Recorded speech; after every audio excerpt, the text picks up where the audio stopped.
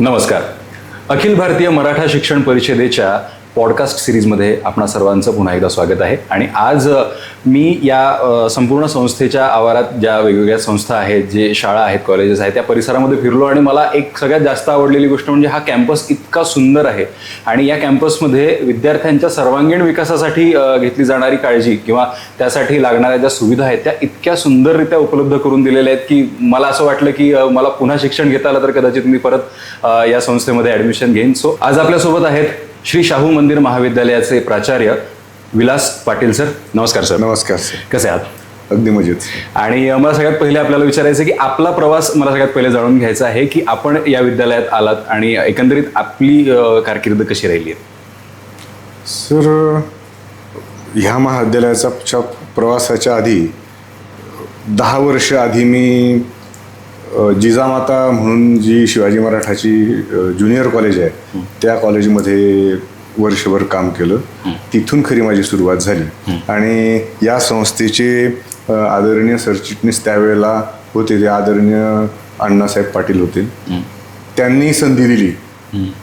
योग असा होता की मला असं कळलं की इथे नोकरीची संधी आहे म्हणून मी ओळख नव्हतं, काही नव्हतं. मी जस्ट जाऊन अण्णासाहेबांना भेटलो आणि अण्णासाहेबांनी विचारलं कुठून आला, काय आला, तुझं गाव कोणतं, आई वडील काय करता.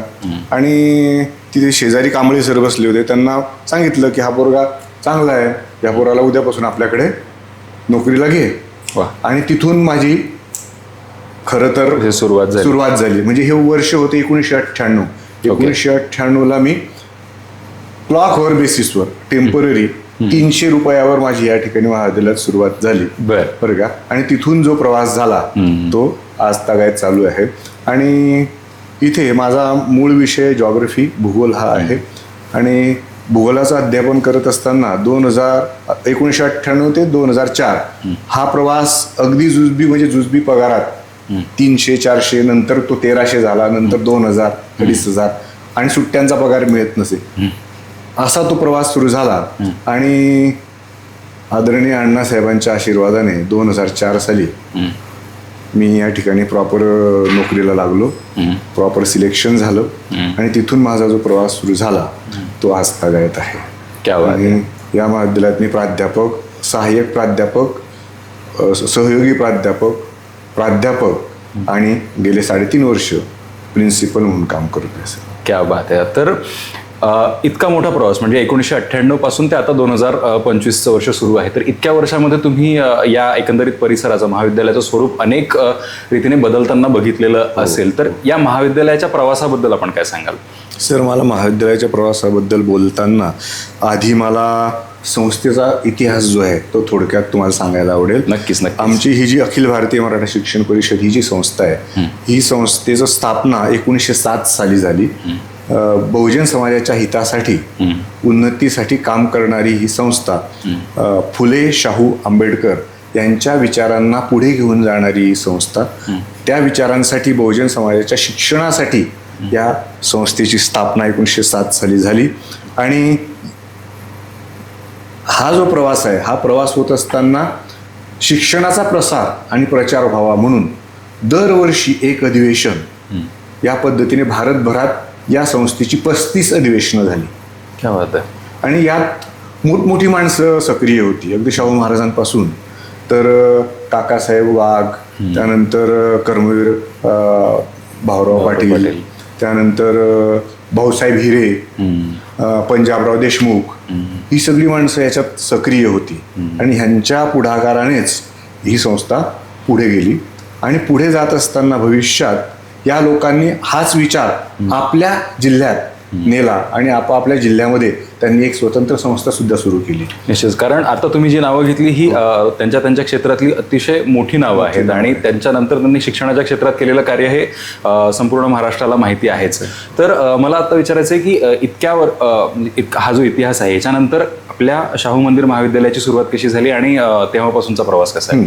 तर ज्या वेळेला संपूर्ण भारतभर हे प्रसार करत होते शिक्षणाचा, त्यावेळेला यांना एका गोष्टीची जाणीव झाली की आपण सगळीकडे प्रसार करतोय पण आपलं स्वतःचं असं काहीतरी ज्ञानदानाचं काहीतरी असावं. आणि त्या कल्पनेतून मग 1960 साली श्री शाहू मंदिर महाविद्यालयाची स्थापना झाली, श्री शाहू मंदिर महाविद्यालय सुरू झालं आणि या महाविद्यालयाची कोनशिला 1959 रोजी तत्कालीन पंतप्रधान आदरणीय पंडित जवाहरलाल नेहरू यांच्या हस्ते ठेवण्यात आली. आणि त्यावेळेला 140 संख्या ह्या महाविद्यालयाची होती, ती आज 3,500 संख्या आहे विद्यार्थ्यांची. 140 विद्यार्थ्यांहून 3,500 विद्यार्थी, खूप मोठा प्रवास आहे. बरं, मला विचारायचं आहे की आत्ता आपल्या या महाविद्यालयामध्ये कोणकोणत्या शिक्षणाच्या चे विभाग जे आहेत ते सुरू आहेत, त्याबद्दल मला जाणून घ्यायचं आहे. मला ह्यात 2 गोष्टी सांगता येतील. एक कनिष्ठ विभाग आणि एक वरिष्ठ विभाग. कनिष्ठ विभागामध्ये कला, 11वी-12वी कला, 11वी-12वी वाणिज्य, शास्त्र आणि HSVC अशा 4 स्ट्रीम्स आहेत.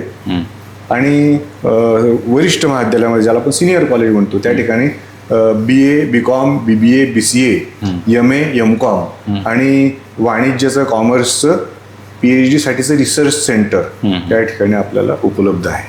क्या बात आहे. तर मला अंदर विचारायचं आहे की सध्या जे म्हणजे वेगवेगळ्या क्षेत्रामध्ये आपल्या विद्यालयातले विद्यार्थी आता कार्यरत असतील, इतक्या वर्षांचा हा इतिहास आहे म्हटल्यानंतर, तर मला विचारायचं आहे की विद्यार्थ्यांच्या विकासासाठी आपण कुठले कुठले उपक्रम विद्यालयात राबवत असतो, म्हणजे शैक्षणिक सुद्धा आणि एक्स्ट्रा करिक्युलर सुद्धा. बरोबर. यामध्ये सुद्धा काही प्रोग्राम हे विद्यापीठाकडून आलेले असतात, काही प्रोग्राम हे आपण स्वतःहून सुरू करायचे असतात. यामध्ये NSS असेल, राष्ट्रीय सेवा योजना ज्याला म्हणतो, NCC असेल, त्यानंतर विद्यार्थी विकास मंडळ असेल, त्यानंतर आपलं प्लेसमेंट सेंटर्स असतील विद्यार्थ्यांच्या साठी, त्यानंतर समुपदेशन केंद्र आहे. त्याशिवाय महाविद्यालयात विविध ॲक्टिव्हिटी ज्या म्हणतो आपण ते ॲक्टिव्हिटी चालतात. त्यामध्ये 12 जानेवारी ते 19 जानेवारी हा जो सप्ताह असतो, हा सप्ताह युवक महोत्सव म्हणून साजरा केला जातो. 12 जानेवारी स्वामी विवेकानंदांची जयंती असते. बरोबर. त्याचं औचित्य साधून युवक महोत्सव साजरा केला जातो. या युवक महोत्सवामध्ये विद्यार्थ्यांना केंद्रबिंदू मानून विविध प्रकारच्या ज्या स्पर्धा असतात, विविध प्रकारच्या ॲक्टिव्हिटी असतात त्या घेतल्या जातात. ओके. त्याशिवाय मराठी भाषा पंधरवाडासारख्या गोष्टी आहेत त्या आपण या ठिकाणी राबवतो. त्याशिवाय आपलं एक स्वतंत्र असं ग्रंथालय आहे. हे ग्रंथालयामध्ये सुद्धा आपण ऑनलाईन आणि ऑफलाईन दोन्ही पद्धतीच्या सुविधा आपण विद्यार्थ्यांना पुरवतो. त्यात अंडर ग्रॅज्युएटसाठी एक वेगळी लायब्ररी आहे आणि पोस्ट ग्रॅज्युएटसाठी वेगळी लायब्ररी आहे. ऑनलाईन सिस्टीम त्या ठिकाणी आहे. त्याबरोबरच 3 प्रकारचे आपल्याला रिडिंग हॉल जे आहेत ते मुलांसाठीचा रिडिंग हॉल वेगळा आहे, मुलींसाठीचा वेगळा आहे आणि स्पर्धा परीक्षा करणारे जे विद्यार्थी आहेत त्यांच्यासाठी एअर कंडिशन्ड असा एक रिडिंग हॉल आहे. क्या बात आहे. पद्धतीने आपण काम करतो. म्हणजे एकंदरीत विद्यार्थ्यांच्या शैक्षणिक विकासामध्ये ज्या ज्या गोष्टी गरजेच्या आहेत त्या सगळ्या प्रवासामध्ये त्या सगळ्या गोष्टींची काळजी आपल्या इथे घेतलेली आहे. मला अजून एक विचारायचं आहे, कारण जेव्हा इथे मी आलो आणि एकंदरीत कॅम्पसमध्ये जेव्हा मी फिरलो तेव्हा मला असं वाटलं की स्पोर्ट्स ॲक्टिव्हिटीसाठी एक अतिशय सुंदर असं वातावरण इथे आहे. म्हणजे ग्राउंड्स असतील किंवा वेगवेगळे कोर्ट्स असतील, तर मुलांच्या क्रीडा शिक्षणासाठी किंवा स्पोर्ट्स एज्युकेशनसाठी खूप प्रयत्नशील ही संस्था आपली शाळा असेल असं मला जाणवलं. तर त्याबद्दल काही सांगू शकाल? हो सर, ज्या वेळेला 1960ला आमचं महाविद्यालयाची स्थापना झाली तोपर्यंत ग्रामीण भागातले जे विद्यार्थी होते किंवा झोपडपट्टीतले विद्यार्थी किंवा गरीब विद्यार्थी म्हणूया आपण, या विद्यार्थ्यांना पुण्यात कुठेही प्रवेश मिळत नव्हता, ॲडमिशन मिळत नव्हती. 1960ला आपल्या महाविद्यालयाची स्थापना झाली आणि अशा विद्यार्थ्यांची सोय या महाविद्यालयात झाली. आणि गमतीने इतर कॉलेजवाले म्हणायचे, गावाकडून एखादा जर विद्यार्थी आला आणि त्यांच्या समजा आपल्या पुण्यातल्या एखाद्या नामांकित महाविद्यालयात तो गेला तर ते त्याला म्हणायचे की अरे बाबा हे महाविद्यालय तुमच्यासाठी नाही आहे, तुला पाहिजे असेल तर तू शाहू मंदिर महाविद्यालयामध्ये जा आणि तिथे प्रवेश घे. तर त्यावेळेपासून 1960 पासून विविध प्रकारच्या क्रीडा स्पर्धांसाठी आपलं महाविद्यालय हे नावाजलेलं आहे.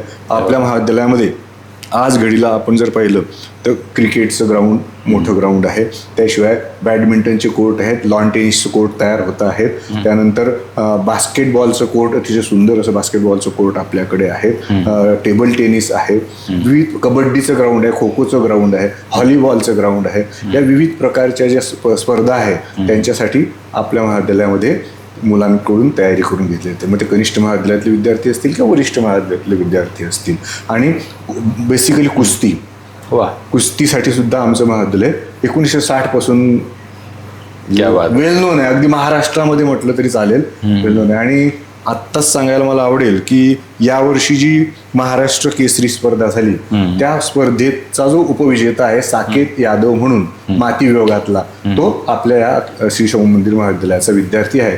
तसंच तो राष्ट्रीय पातळीवर कांस्य पदक विजेता सुद्धा आहे. क्या बात आहे, क्या बात आहे. आणि म्हणजे अर्थातच जेव्हा विद्यार्थी स्पोर्ट्सच्या माध्यमातून शाळेला किंवा महाविद्यालयाला कुठे रिप्रेझेंट करतात तर ती खूप मोठी आनंदाची आणि अभिमानाची बाब त्या त्या संस्थेसाठी निश्चित असते. सो या व्यतिरिक्त सुद्धा आपण जसं सांगितलं की वेगवेगळ्या स्पर्धा परीक्षा असतील किंवा मुलांचा सर्वांगीण विकास होण्यासाठीच्या ज्या सुविधा आपण उपलब्ध करून दिल्यात त्यापैकी वेगवेगळ्या स्पर्धा परीक्षांमध्ये सुद्धा अनेक विद्यार्थी सहभागी होतात आणि त्यामध्ये सुद्धा ते यश संपादन करतात.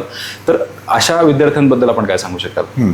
आपल्या महाविद्यालयात ह्या वर्षाच्याच आकडेवारी जर तुम्हाला सांगायची झाली तर यावर्षी 2 विद्यार्थी आपले PSI झाले, 2 विद्यार्थी MPSC वर्ग 2 च्या साठी सिलेक्ट झाले, 6 विद्यार्थी आपले पोलीस भरती झाले, त्यानंतर 6 विद्यार्थी नेट सेट परीक्षा जी प्राध्यापक होण्यासाठी आवश्यक परीक्षा आहे, प्रवेश परीक्षा आहे, ती परीक्षा पास झाले.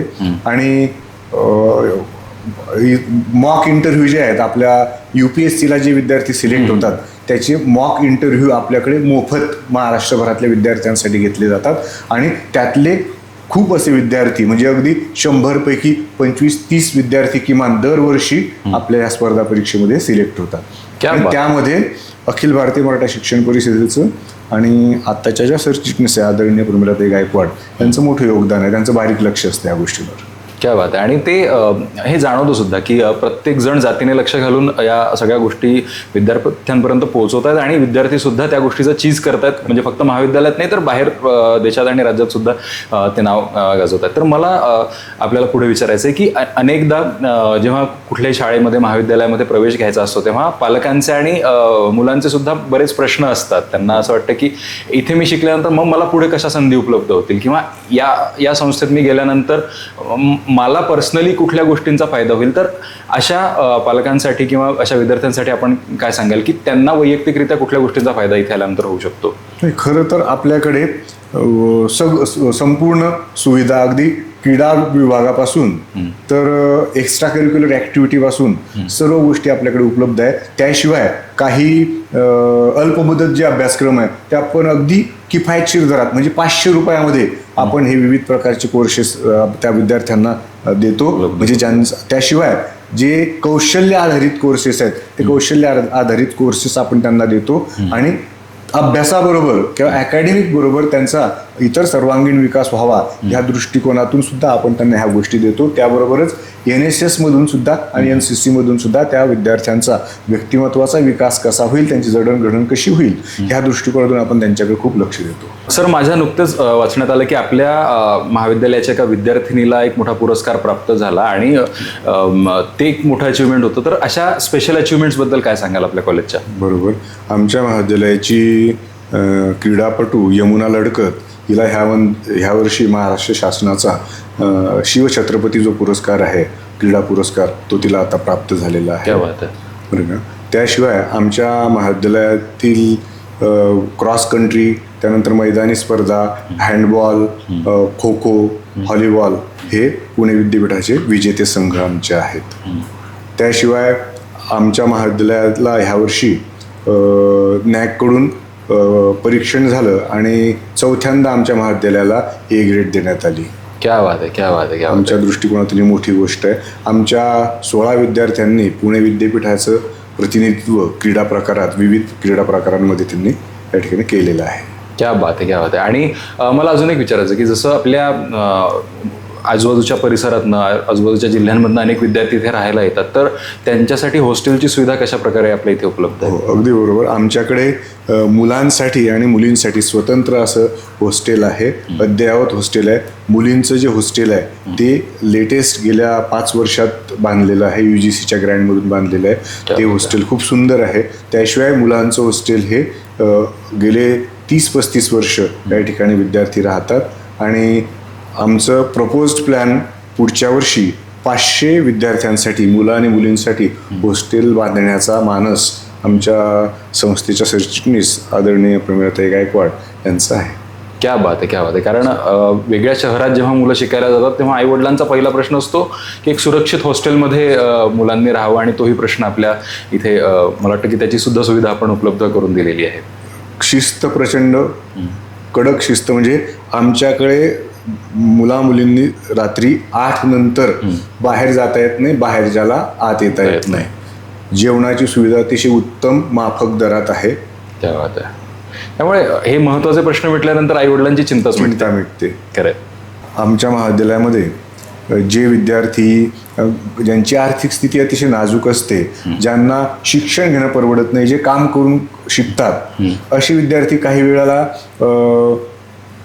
बऱ्याच वेळेला पास होत नाही किंवा चांगले मार्क्स त्यांना मिळत नाही, अशा विद्यार्थ्यांना सुद्धा आम्ही प्रवेश देतो. आणि प्रवेश दिल्यानंतर असे 35-40% मिळवलेले जे विद्यार्थी आहे, अशा विद्यार्थ्यांना आम्ही शिकवून त्यांचा सर्वांगीण विकास करून, त्यांच्या व्यक्तिमत्वाचा विकास करून, ते विद्यार्थी ज्यावेळेस ग्रॅज्युएट होतात, पदवी संपादन करतात, त्यावेळेला त्या विद्यार्थ्यांना 65%, 70%, 75% मार्क्स ते मिळवून पास होतात. हे मोठं समाधान, आणि याचं आमच्या संस्थेचं आणि आमच्या महाविद्यालयाचं हे मोठं योगदान आहे किंवा हा मोठा क्रेडिटचा पॉईंट आहे असं मला वाटतं.